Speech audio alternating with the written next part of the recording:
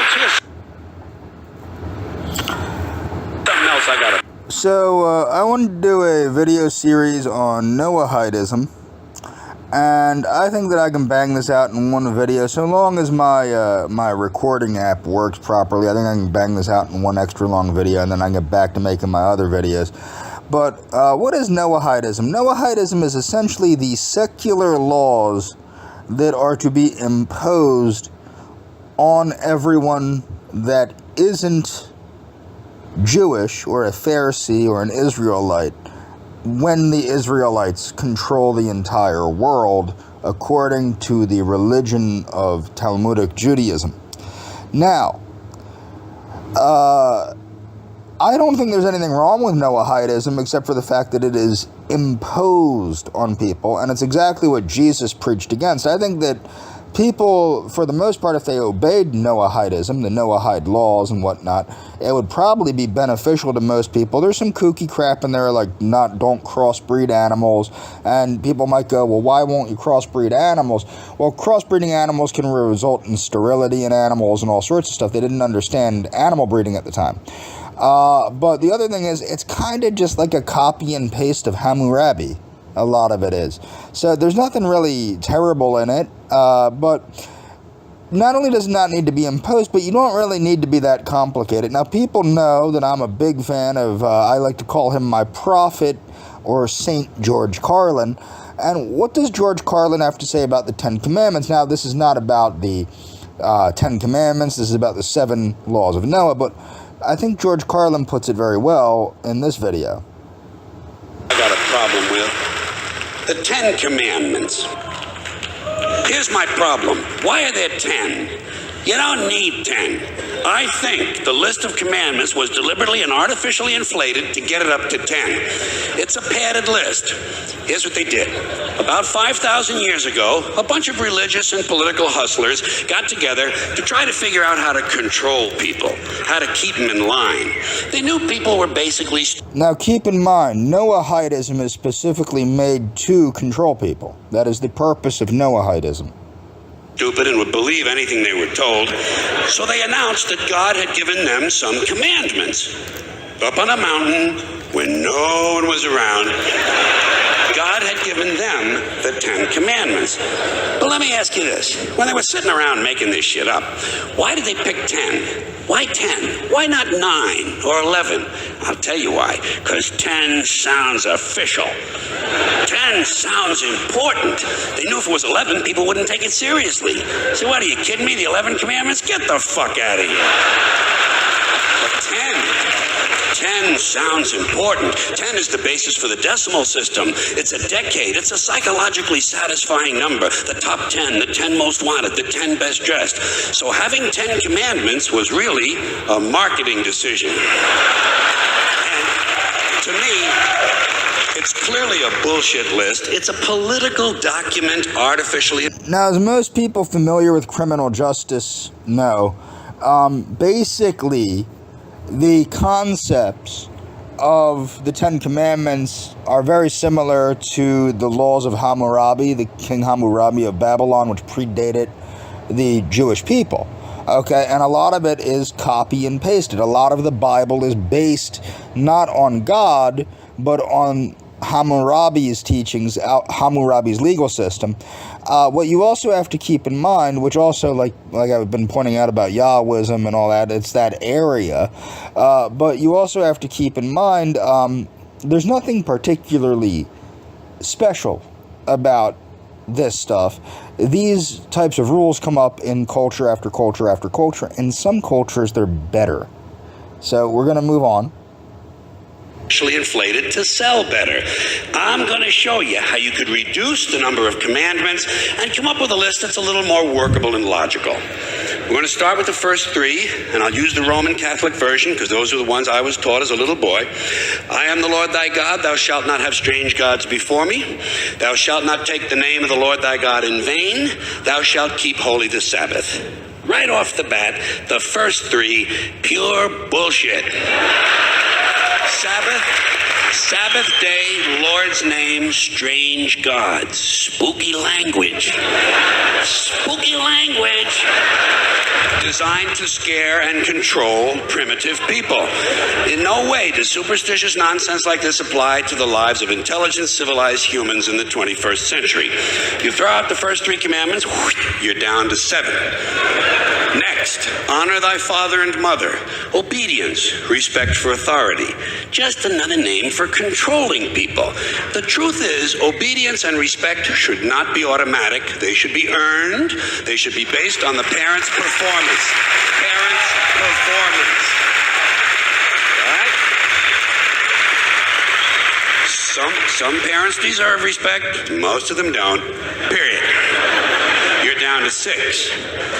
Now, in the interest of logic, something religion is very uncomfortable with, we're going to jump around the list a little bit. Thou shalt not steal, thou shalt not bear false witness. Stealing and lying. Well, actually, these two both prohibit the same kind of behavior. Dishonesty, stealing, and lying. So you don't need 2 of them. Instead, you combine them and you call it thou shalt not be dishonest. And suddenly, you're down to 5. And as long as we're combining, I have 2 others that belong together. Thou shalt not commit adultery. Thou shalt not covet thy neighbor's wife. Once again, these 2 prohibit the same kind of behavior. In this case, marital infidelity. The difference is coveting takes place in the mind, and I don't think you should outlaw fantasizing about someone else's wife. Otherwise, what's a guy going to think about when he's waxing his carrot? But marital fidelity is a good idea, so we're going to keep the idea and call this one, thou shalt not be unfaithful. And suddenly, we're down to 4. But when you think about it, honesty and fidelity are really part of the same overall value. So in truth, you could combine the 2 honesty commandments with the 2 fidelity commandments and give them simpler language, positive language instead of negative, and call the whole thing, thou shalt always be honest and faithful, and we're down to 3. Thou shalt, they're going away fast. Thou shalt not covet thy neighbor's goods. This one is just plain fucking stupid. Coveting your neighbor's goods is what keeps the economy going. Am I right? Your neighbor gets a vibrator that plays "Oh Come All Ye Faithful." You want to get one too. Coveting creates jobs. Leave it alone. You throw out coveting and you're down to 2 now, the big honesty and fidelity commandment, and the one we haven't talked about yet, thou shalt not kill, murder, the 5th commandment. But when you think about it, religion has never really had a big problem with murder. Not really. More people have been killed in the name of God than for any other reason. All you have to do...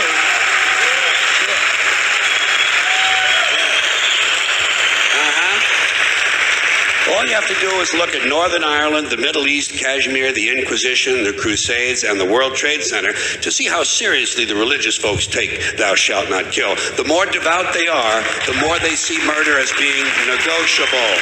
It's negotiable. You know? It depends. It depends. It depends on who's doing the killing and who's getting killed.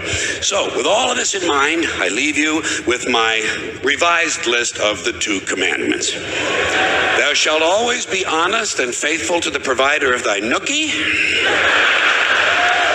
And thou shalt try real hard not to kill anyone, unless, of course, they pray to a different invisible man from the one you pray to. 2 is all you need. Moses could have carried him down the hill in his fucking pocket. And if they had a list like that, I wouldn't mind those folks in Alabama putting it up on the courthouse wall. As long as they included one additional commandment, thou shalt keep thy religion to thyself. Thank you, everybody. So as I said, I don't think the 7 laws of Noah are necessarily bad laws. So this is that aspect of the rainbow as the unofficial symbol of Noahidism. You might remember that during the anti-gay lobby, the anti-gay Christians utilized this to subconsciously promote Noahidism, because a lot of Christian Zionists are Noahidists, okay? So the Noahide laws, or Noachian laws, or Noachian laws, blah, blah, blah. So what are the laws? And you'll see these are all good laws, okay? Not to worship idols, not to curse God, not to commit murder, not to commit adultery or sexual immorality. So what they do is they want to get rid of adultery, homosexuality, transsexuality, all these different things. I don't think that you should be able to force these things on people. I don't think they're great ideas, but in the same sense, I think these are important personal choices and personal mistakes that people have the right to make, as long as they're not involving people that don't want to be involved. Don't steal, don't eat flesh torn from a living animal, and you must establish courts of justice. According to the Talmud, these 7 laws were given first to Adam and subsequently to Noah. However, the Tanaitic and Amoraic rabbinic sages, yada, yada, yada, 7 commandments were commanded of the son of Noah concerning adjudication, concerning idolatry, concerning blasphemy, concerning sexual immorality, concerning bloodshed, concerning robbery, concerning a limb torn from a living animal, origins, according to Genesis, yada yada, flesh of a living animal, however, flesh with its blood, blah blah blah, murder and core, blah blah blah, Book of Jubilees, modern scholarship. Okay, so now we know what this is. Okay, this is the 7 laws of Noahidism. Okay, now Noahidism is also known as laws for foreigners, or ger toshav in Hebrew. Now, people familiar with the program of the NSDAP, the National Socialist Party of Germany, know that it states very clearly that non-Germans may reside in Germany with under the laws pertaining to foreigners. Now, as I have stated, you will notice some very glaring similarities between the ideas of Theodor Herzl and the ideas of Adolf Hitler. Okay, there are some very major similarities between Zionism and National Socialism, and as you will probably know, and if you don't, you may look it up on DuckDuckGo, there was a partnership between the National Socialists and the World Zionist Congress, or whatever the hell it's called. So, definition, ger toshav is a Gentile non-Jew. So it means resident alien. It means anybody that is not a Jewish person living in Jewish territory. So let's see here. So the theological basis for the 7 commandments of the Noahidic covenant, yada yada: do not worship don't worship idols, do not curse God, do not murder, do not commit adultery or sexual immorality, do not steal, do not eat the flesh torn from a living animal, establish courts. Okay? So the term ger toshav may be used in a formal or informal sense. In the formal sense, ger toshav is a Gentile who officially accepts the 7 Noahide laws. Okay? But the thing is, they are not treated equally. Despite accepting the 7 Noahide laws, they are not treated equally by the Israelites, okay? And or the Pharisees. And I'm going to get into what Jesus thought of this. As you know, Jesus was not a big fan. This is exactly what Jesus had preached against. Now, as I said, I'm not a particularly religious person. My favorite science fiction trilogy is the Old Testament, the New Testament, and the Quran. But the point that I'm trying to make here is, what you need to understand is that this is basically a way to separate people based on their ethnicity, essentially. So they want people to abstain from idolatrous practices, so no idol worship. That's in Exodus and Deuteronomy. They want them to uphold the 613 commandments in rabbinical enumeration. I'll get into that later. Okay, the informal sense of ger toshav, so that's the formal sense, is a Gentile who agrees to follow the 7 Noahide laws on his own, or alternately, simply rejects idolatry. According to the rabbinic tradition, a Gentile who agrees to follow the 7 Noahide laws, although not before a Bet Din, is still regarded as a Chasid Umat HaOlam, or pious people of the world, and the observance of the 7 laws of Noah grants them a place in the world to come, or Olam Haba. There is debate among halakhic authorities as to whether the rules regarding a ger toshav would apply to the formal case, yada yada. Modern views. Menachem Mendel Schneerson, the Lubavitcher Rebbe, encouraged his followers on many occasions to preach the 7 laws of Noah, devoting some of his address. Now, what's funny about this is what's hilarious about this. So, I think that the 7 laws of Noah, they're fine. I think that people that choose to follow them will probably see much benefit in their life if they obey these 7 laws of Noah, yada yada. You don't even have to call them that. You can call them whatever the hell you want.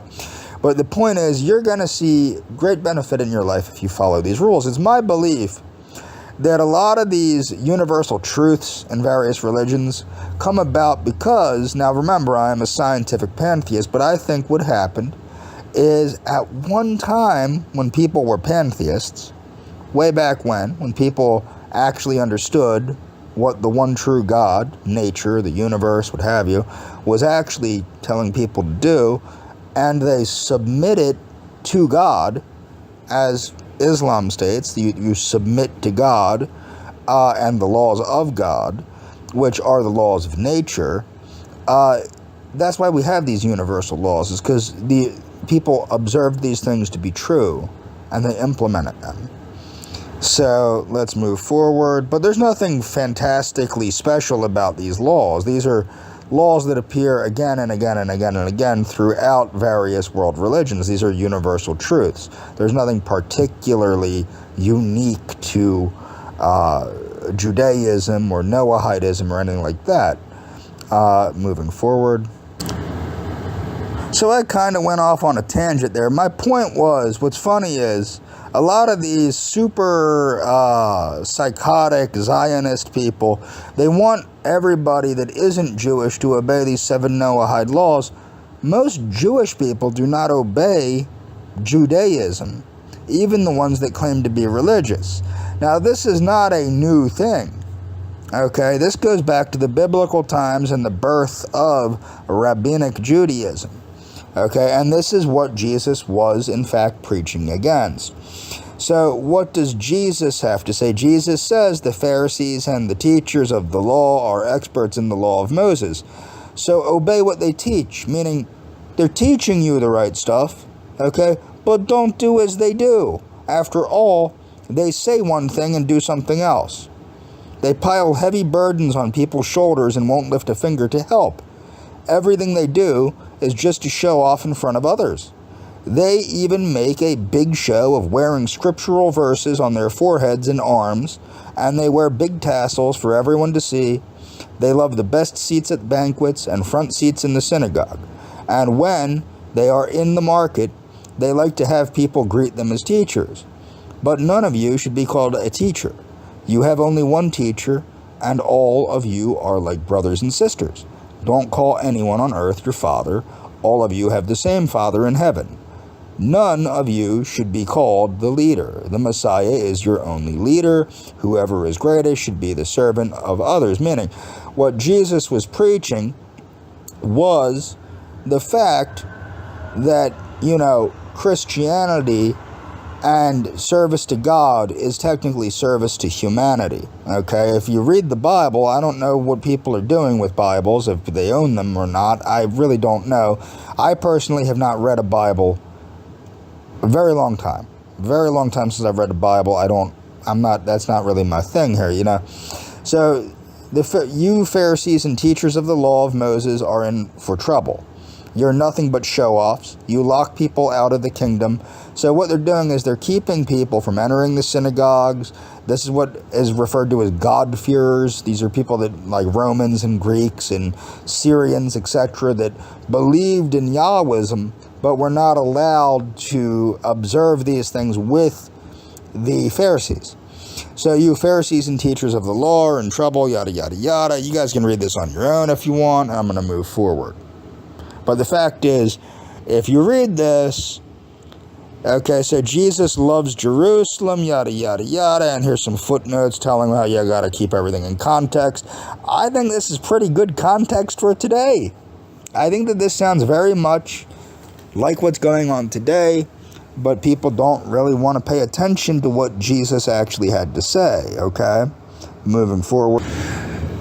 So now, as you'll see, this is what the 613 commandments that the Noahide people want everybody to obey. There's no big deal here, but let's see. This is the list here, or one of the lists.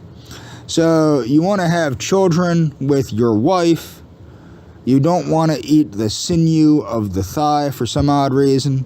Now, you have to understand, a lot of this is because, and I'm going to get into why you don't really need to do all this if you just follow certain other rules that have been determined by other cultures, as well as by the Jewish culture, okay, or the pre-Jewish culture, and all other cultures that, you know, if you don't eat meat, you don't have to worry about this stuff too much.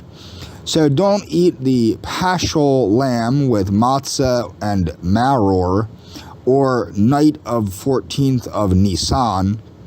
Not to eat paschal meat, raw or boiled. Not to leave any meat from the paschal. I believe that's Passover, if I remember. Paschal offering over until morning.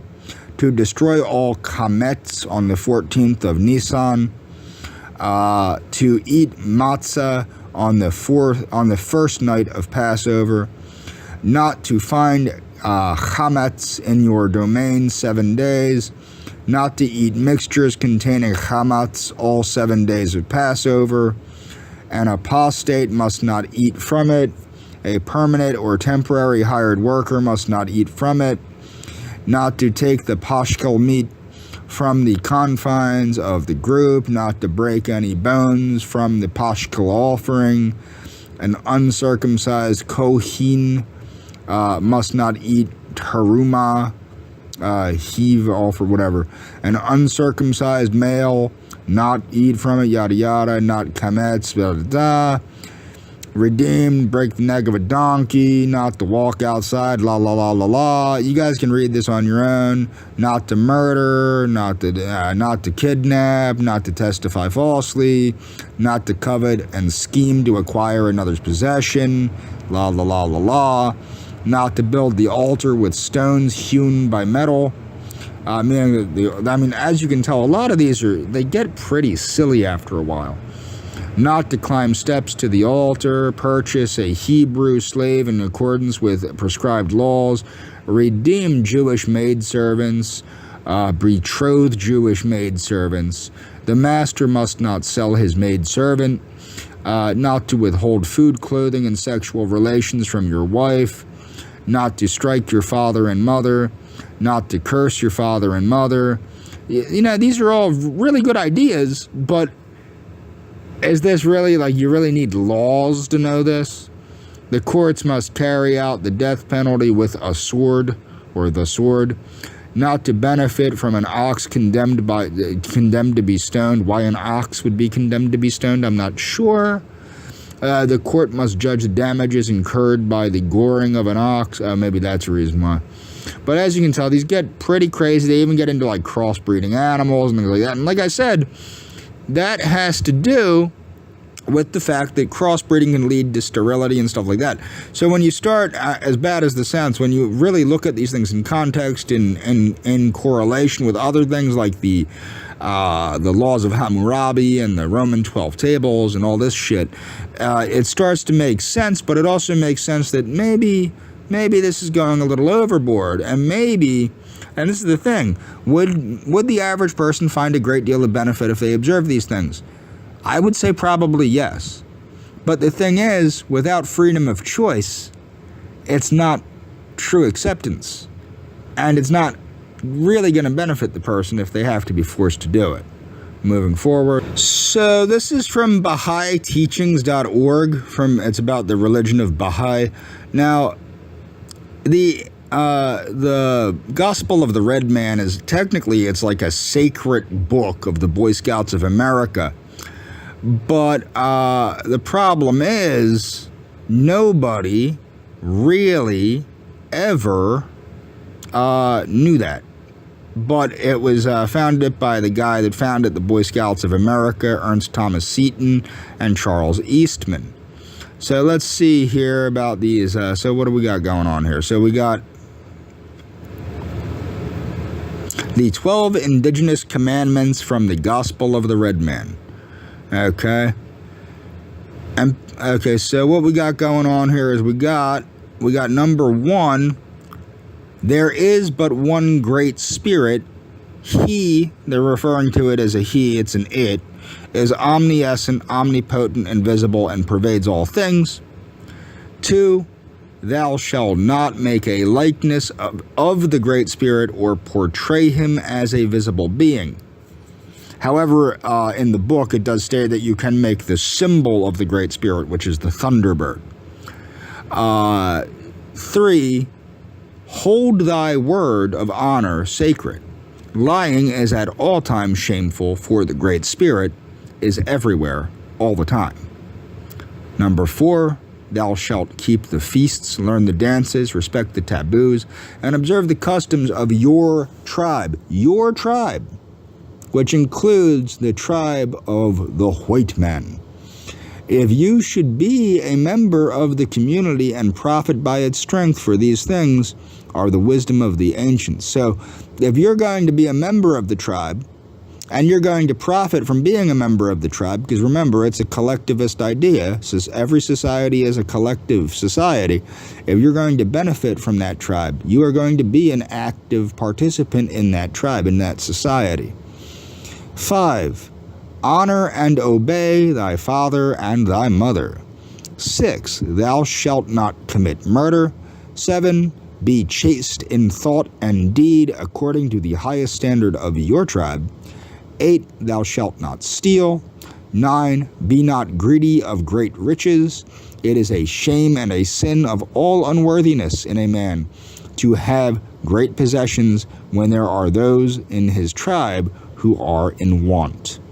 10, touch not the poisonous firewater, meaning don't drink booze, because it screws you up in the head and makes you sick. 11, be clean, both yourself and the place you dwell in. 12, love your life. Now, this is very important. I think everybody needs to understand this, and I would refer people to my Jack LaLanne videos and all my videos on health professionals. Number 12, love your life, perfect your life, beautify all things in your life, glory in your strength and beauty, meaning be proud of your strength and beauty, rejoice in the fullness of your aliveness, seek to make your life long and full of service to your people, and prepare a noble death song for the day when you are about to cross the great divide. Okay, so life is extremely important. Extremely important. Keep that in mind moving forward. So, Liber Oz is from Aleister Crowley's book, The Book of the Law, which was revealed to him by his holy guardian angel Avas in the king's chamber in Cairo. Avas had basically taken over the body of his wife, Rose Edith Kelly, and she had begun speaking in various languages where she tested her to make sure that she wasn't just crazy by making her speak languages that she would have no knowledge of and things of that nature, kind of like how you test somebody for demonic possession. Now, people that are not familiar with the Book of the Law can listen to the audiobook version online, or you can just purchase it. It's a pretty cheap book. It's a very interesting book. Do I necessarily believe that, like, everything? Not necessarily, but the point is, I think when we realize that leading a moral life leads to a healthy life and things of that nature, and that this is the natural course that nature and God, nature being God and God being nature, intended for us, I think it's also important to understand where we stand and where human liberty stands. So, number one, what you have to understand is, do as you will shall be the whole of the law. You have no right but to do your own will. Do that, and no other shall say nay. Every man and every woman is a star. There is no God but man, meaning every God is man's interpretation of God. Okay? So what you need to understand here is this is the process by which Aleister Crowley believed everyone should live. Okay? So man has no right to live, man has the right to live by his own law. To live in, now you'll notice very big similarities between the concepts professed by Aleister Crowley, the concepts possessed by the UN, the concepts possessed by the United States of America. Aleister Crowley was a huge fan of the United States of America. Aleister Crowley, of course, was a Brit. But, so man has the right to live by his own law, to live in the way that he wills to work as he will, to play as he will, to rest as he will, to die when and how he will. Man has the right to eat what he will, to drink what he will, to dwell where he will, to move as he will on the face of the earth. Again, the similarities to the Constitution about freedom of movement and to the UN, the UN Charter, whatnot. Man has the right to speak, has the right to think what he will. That's an important one, because right now they're trying to outlaw freedom of thought. Not just freedom of speech. They're trying to outlaw your ability to think certain things anymore. So, to speak what he will, to write what he will, to draw, paint, carve, etch, mold, build as he will, to dress as he will. Man has the right to love as he will, take your fill and will of love as ye will, when, where, and with whom ye will. Now keep in mind, Aleister Crowley was a known bisexual. Now, I firmly and really strongly recommend people check out Georgina Rose's channel, Dait Darling. I think she's right in the sense that I think that we need to explore our morality, especially considering morality came from Western civilization. And a lot of what screwed Crowley up was the fact that he overindulged. So these things, 5, man has the right to kill those who would thwart these rights. Meaning you have the right to defend yourself, your property, and your life, okay? And your way of life. Now, what you need to understand, though, is this. You have the right to do all this, but you also have to deal with the consequences. So that was the problem with Aleister Crowley. He was limited a lot because of his addiction to opium and various drugs. Okay, and Georgina Rose made a very good point about that. So the slave shall serve, love is the law, love under will. Moving forward. So people hear me talk about the 8 laws of health. Now you're knocking out a lot of them Noahide laws simply by obeying the 8 laws of health. If you're sticking to a plant-centered diet through nutrition and obeying a healthy diet, cut back on sugar, eat a hearty breakfast, a light lunch, and a quick dinner, yada yada yada. You can read this on your own. You have to engage in physical activity. Okay, this is like a better, more modern version of this stuff. Drink pure water, get sunlight, be temperate, meaning don't be drinking booze, smoking marijuana, smoking cigarettes and all that jazz. Don't be doing any of that stuff. Get fresh air. Rest as you need to. And trust in God. And this is the 8 laws of health. I think that these are all fine. Much more easier to stick to than them Noahide laws or Noahidian laws or what have you. And you're going to get some very real benefits from these as well. Moving forward.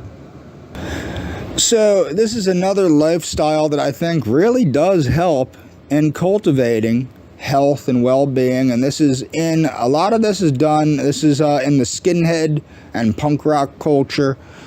I'm familiar with it mostly from the skinhead culture. You have the straight edge movement, okay? So adherents of the straight edge movement refrain from engaging in promiscuous sex. They follow a vegetarian or vegan diet and do not use caffeine or prescription drugs. Very similar to the Seventh-day Adventists.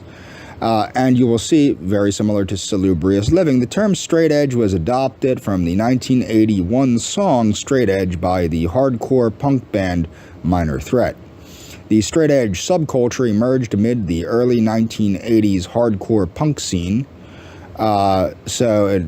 Since then, a wide variety of beliefs and ideas have been associated with the movement, including vegetarianism, animal rights, while the commonly expressed aspects of the straight-edge subculture have been abstinence from alcohol, abstinence from nicotine, and abstinence from illegal drugs. There have been considerable variations. Disagreements often arise as to the primary reasons for living straight edge. Straight edge politics vary from explicitly revolutionary to conservative. Some activists have approached straight edge with skepticism, ridicule, or even outright hostility, in part due to what they perceive as the straight edge movement's self-righteous militancy. In 1999, William Tostado, wrote that straight edge had gone through three eras, which started in bent edge, began as a counter movement to the straight edge by members of the Washington, D.C. hardcore scene, blah, blah, blah. Not important. So let's get into what the ideology is. So in the early stages of straight edge, its philosophy was to rebel through self-control. Keep that in mind, to rebel through self-control. Now, there's also a wonderful form of Hindu punk music called Krishnacore. It's like a metal punk movement called Krishnacore. People should check that out, I think, which adheres to the concepts of Hinduism, which are also similar to straight edge. With the ability to control one's actions, a straight edge participant would be better suited to stand against the mainstream. The first wave of straight edge did not impose rules on others. See, that's a big thing. You got to not be, you don't need to be an imposition to people. Don't be an imposition. Let people make up their own minds. Participants chose to follow the ways of self-control. With the second wave of straight edge, these rules were used to control others, blah, blah, blah. So what is hate edge? Hate edge is essentially just straight edge. They're making it up. So hate edge, also known as NS or National Socialist straight edge, is an offshoot of the straight edge movement, prominent hate edge groups, and blah, blah, blah. Okay, sober and angry youth, blah, blah, blah, outside the United States. So we're going to, so let's talk about approaches. Okay, so while some straight edge groups are treated as a gang by law enforcement officials, blah, blah, blah, let's go to veganism. By the late 1990s, many straight edge participants gave veganism the same degree of importance as abstinence. And in my opinion, it really should be from intoxicants, because if you understand the concepts of yoga and Hinduism, which you would if you studied the works of Aleister Crowley, you understand that meat eating is bad for the mind, okay? It's not good for the mind, okay? Also Buddhism. So bands such as Earth Crisis and Vegan Reich emphasized animal rights and environmentalism as social justice issues, which they are. Perhaps owing to the do-it-yourself ethic of punk subculture, some advocated direct action and became associated with radical groups of... And this is the thing, my opinion with this stuff, don't go crazy. Recently, I even started using some condiments and stuff. I've never been super strict about my veganism, because in my opinion, the mayonnaise industry is not keeping the egg industry in business. The gelatin industry is not keeping the pork and beef industries in business. Okay? So I've never been super strict with my adherence to these things, because I think that you need to learn to make choices that make the biggest difference without being a crazy maniac, okay? But yeah, recently I started, right now I'm trying to down as much vegetables as possible because I'm hammering down a recomposition diet and I want to mimic as close to possible a chimpanzee's diet. And I started using this, one of my friends turned me on to it. It's called, it's Chick-fil-A sauce from that restaurant, Chick-fil-A. It's a decent sauce. Goes really good on asparagus, okay? I've been using it. It has egg yolk in it. It's like the 20th ingredient on the thing, okay? So you got to understand, you got to take things into, and the other thing is a friend of mine bought some freeze-dried egg crystals for prepping. Doesn't like the freeze-dried egg crystals. So I ate them. I'm not wasting food, okay? She was going to throw them out, okay, which would have been awful, okay? So wasting food is also counter-revolutionary, okay? And people need to keep that in mind. So you got to keep things in context. That's just the bottom line. Now, would it be great if there was a vegan form of Chick-fil-A sauce? Yes. Is it possible to make a vegan form of Chick-fil-A sauce? Probably yes. Do I really care? Am I going to preoccupy myself? This is no different than when I ordered, like for example, if I order a frickin' bagel, which I don't because I don't eat bagels because they're refined flour. But okay, say I ordered like a 12-grain bagel because I was on the road and I had nothing else to get, and they accidentally put butter on it instead of margarine. Well, I'm not going to have a shit fit because somebody put butter on my bagel instead of margarine. I don't have a milk allergy or anything like that. I'll eat the goddamn bagel and call it a day. Okay, the same thing happens if I order eggplant parmesan at a restaurant and they put parmesan on it. I'll get it with no parmesan and no mozzarella, and they do it anyway. Am I going to have a conniption and flip out? No. But what I am not going to do is I am not going to purposely go out of my way to eat meat or things of that nature, or, that's not where I'm at. I think that what people need to understand is you have to have the ability to obey certain norms while not acting like a complete douchebag moving forward. So what is salubrious living? I'm going to get deep into salubrious living as I get into some of the biological factors of the chimpanzee diet. So salubrious living, okay, so salubrious living was a diet created as the ethical way of eating for the World Church of the Creator. So the salubrious living diet comes from the classic book about salubrious living as a lifestyle that was based on the idea of a special plan for living. They shouldn't say divine because it's not the thing, On salubrious living, on salubriousdiet.com, you'll find some cool ideas and product reviews that will help you to find the best guidance, supplements, nutritions, whatever that means. Now, in the traditional sense, salubrious living, Ben Clausen's concepts, they do not include the use of vitamin or mineral supplements, which I think is completely retarded, okay? So don't, I think that your best bet is to eat as close to a chimpanzee, cooking your foods, and supplementing with key amino acids, key nutrients, key vitamins, key minerals, key phytonutrients. And I recommend people check out the works of Bruce Ames. I recommend people check out the work of Joel Wallach. I recommend people check out the work of Walter Veith. Okay, these are all important people that people need, and Weston Price. These are all important people that you should be learning about if you truly seek to live an objectively based salubrious lifestyle. These are people. Ben Clausen was not God. That's what you need to understand. Okay, so this is from author Ben Clausen's book, yada, yada, yada.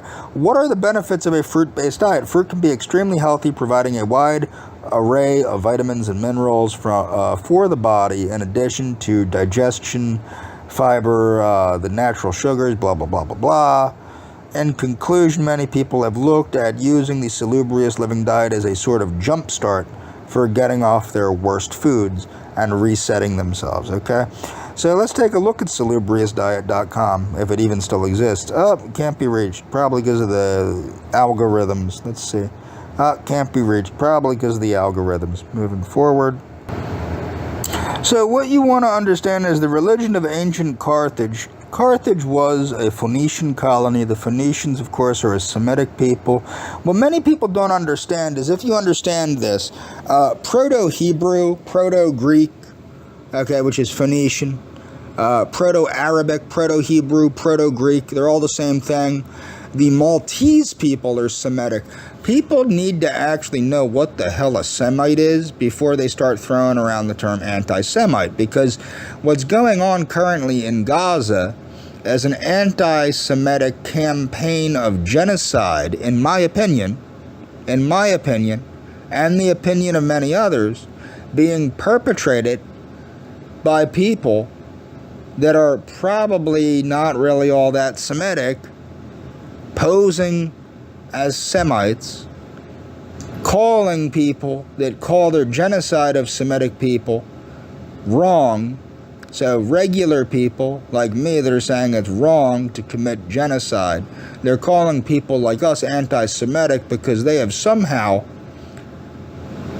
basically confused people as to what a Semite is. And the Semitic race is, of course, a subgrouping of the Caucasoid race, and includes the Maltese, it includes the people of Syria, it includes the people of Egypt, it includes most Arab-speaking people. But the city-state of ancient Carthage, now you have to understand, one of the things that really stuck in everybody's craw was child sacrifice. Nobody liked child sacrifice in the Old Testament, yada, yada, yada. But what you have to understand is, yeah, the ancient Carthaginians, the ancient Canaanite people, yeah, they committed child sacrifice, both male and female, and mostly blah, blah, blah, a few weeks old, were sacrificed by the Carthaginians, yada, yada, yada. Okay? Now, that's not really going on anymore in Palestine. Okay? I don't think we need to really push the adherence of the Noahide laws to stop that sort of thing, when that sort of thing is not really going on. Moving forward. So kind of what drove me to scientific pantheism was the same thing that drove George Carlin, I'm joking of course, because he wasn't really a sun worshiper, I don't believe, to sun worship. And